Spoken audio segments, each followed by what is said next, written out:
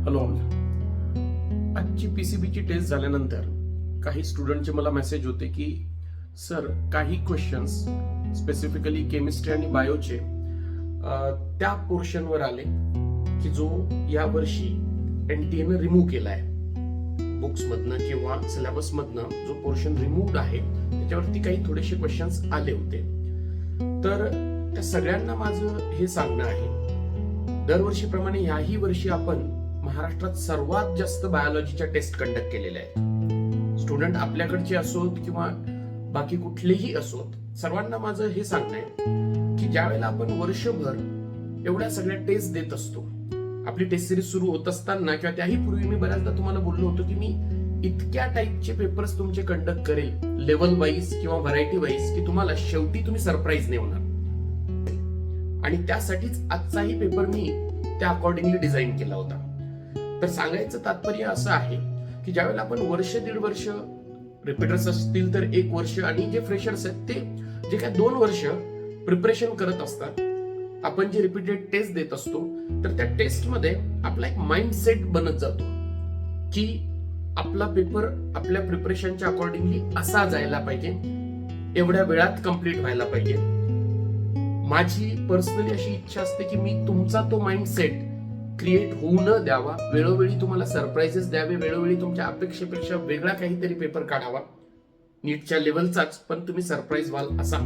आणि याचं कारण असं आहे की तुम्ही जर मागचे 7-8 वर्षांचे जर पेपर्स बघितले तर बऱ्याचदा तिन्ही पैकी कुठल्या तरी एका सब्जेक्टचा पेपर ऑड येतो किंवा तुमच्या अपेक्षेपेक्षा वेगळा येतो.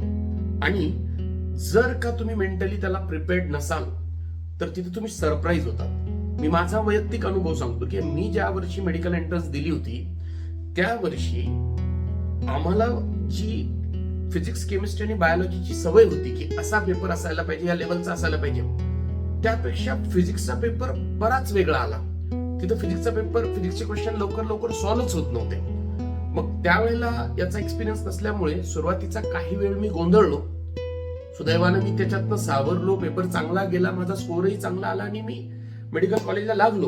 पण माझ्या माहितीतले नंतरच्या या 12-13 वर्षामध्ये जेव्हापासून मी या फील्डमध्ये आहे, दरवर्षी 1-2 केसेस असतात की ज्या मुलांचे स्कोर्स हे वर्षभर चांगले असतात, पण शेवटच्या दिवशी पेपरमध्ये एक पेपर त्यांच्या माइंडसेटला जी सवय आहे की त्यांना मेंटली जसा पेपर अपेक्षित आहे त्याच्यापेक्षा वेगळा आला, तर ते इतर 2 सब्जेक्टचा पेपर जो की सोपा असतो तोही नीट देत नाही आणि त्यांचा स्कोर डाऊन येऊन जातो.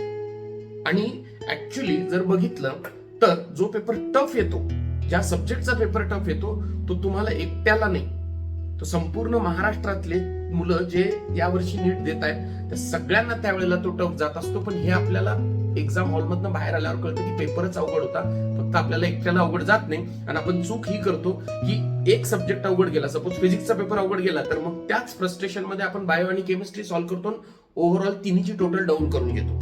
नीट क्रॅक करण्याचे 3 महत्वाचे टप्पे आहेत. पहिला जो लेवल आहे किंवा पहिला जो टप्पा आहे तो की तुम्ही ओव्हरऑल जे काय वर्षभर प्रिपरेशन करताय त्या दरम्यान तुम्ही काय केलेलं आहे. सेकंड की आत्ताचा काळ की ज्याच्यामध्ये तुम्ही फायनल रिव्हिजन किती प्रॉपरली आणि किती व्यवस्थित मॅनेज करतायत, किती व्यवस्थित तुम्ही पूर्ण सिलेबस बघताय. आणि तिसरा आणि खूप महत्वाचा पार्ट ज्याच्यावरती सहसा कोणी बोलत नाही, तो म्हणजे ते 3 तास एक्झामचे. जर तुम्ही ते 3 तास स्टेबल नाही राहिलात, जर ते 3 तास तुम्ही प्रॉपरली युटिलाइज नाही केले, तर तुमचा हा 2 जे टप्पे तुम्ही पार केलेले असतात यशस्वीरित्या, ओव्हरऑल इयर प्रिपरेशन असेल, शेवटच्या रिव्हिजन्स असतील, ते सगळं पाण्यात जातं जर तुम्ही ते 3 तास स्टेबल नाही राहू शकले तर. भीती सगळ्यांना वाटत असते, पेपर अवघड गेल्यानंतर फ्रस्ट्रेशन सर्वांनाच येत असतं आणि तुमच्या अपेक्षेपेक्षा वेगळे क्वेश्चन पेपर सेट होऊ शकतात जे तुम्हाला सरप्राईज करूही शकतात. तर त्याच्यामुळे जेव्हाही तुम्हाला असं वाटतंय की तुम्हाला नेहमीपेक्षा एखादा पेपर टफ चाललाय, अवघड चाललाय, पटपट क्वेश्चन सॉल्व्ह होत नाही, स्वतःला सांगायचं की तो तुम्हाला एकट्याला नाही, त्यावेळेला एक्झाम देणाऱ्या सगळ्यांना अवघड जातोय आणि इतर 2 पेपर्स सोपे असतात. दुर्दैवाने एखाद्या वेळेला जर तिन्ही सब्जेक्टचा पेपर टफ आला तर शेवटी कट ऑफ डाऊन येतो. म्हणजे जे या वर्षी कट ऑफ सपोज 582 असेल तर पुढच्या वर्षी तो 550च्या आतही येऊ शकतो. म्हणजे पेपर जर टफ आला तर कट ऑफ खाली येईल, पेपर सोपा गेला तर कट ऑफ वर जातो.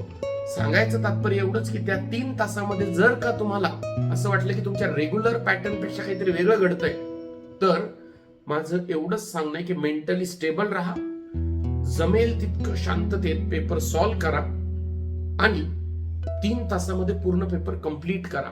एखादा पेपर टफ जात असेल, एखादा सपोज फिजिक्स टफ आलं किंवा केमिस्ट्री टफ आलं किंवा बायो टफ आलं, तर तुमच्या डिफाईन वेळेपेक्षा त्याला जास्त वेळ देऊ नका.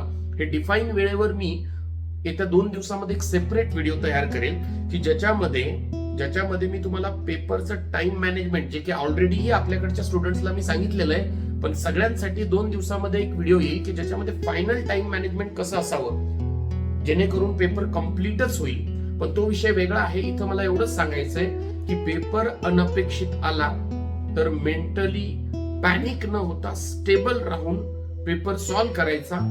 कारण शक्यता हीच जास्त असते की इतर 2 सब्जेक्टचे पेपर कम्पॅरेटिव्हली इझी असतात आणि ओव्हरऑल टोटल तुमची बनून जाते. तुम्हाला पेपर अवघड जातोय त्यावेळेला हे समजा की सगळ्यांनाच अवघड जातोय, फक्त आपल्याला ते त्या 3 तासात कळत नाही, ते नंतर बाहेर आल्यानंतर कळतं. So all the best. Thank you.